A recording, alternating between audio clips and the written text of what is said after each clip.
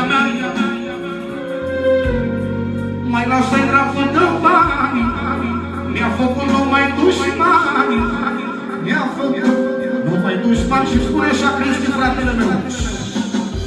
Viața ta e în mâna mea, vreau să n-ai grijă de ea.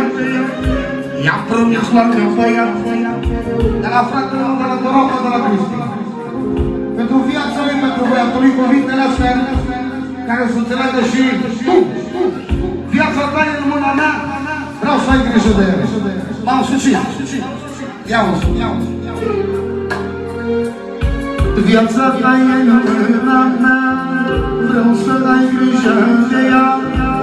I-am promis lui banii al meu că te păstrez lângă el. Viața ta e în mâna mea, vreau să ai grijă de ea. I-am promis lui băiat. Și acum spune Ali răspunsul.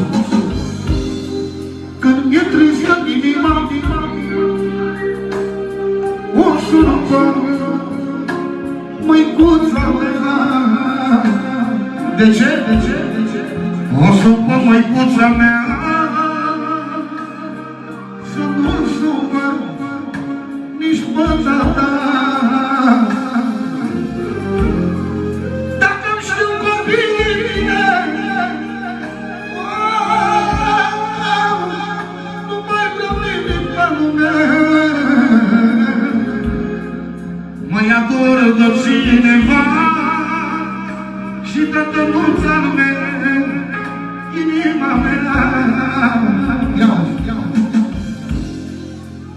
N-avea că totul trece,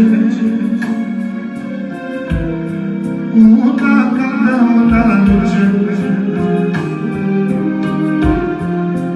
Îmi răpăresc inima mea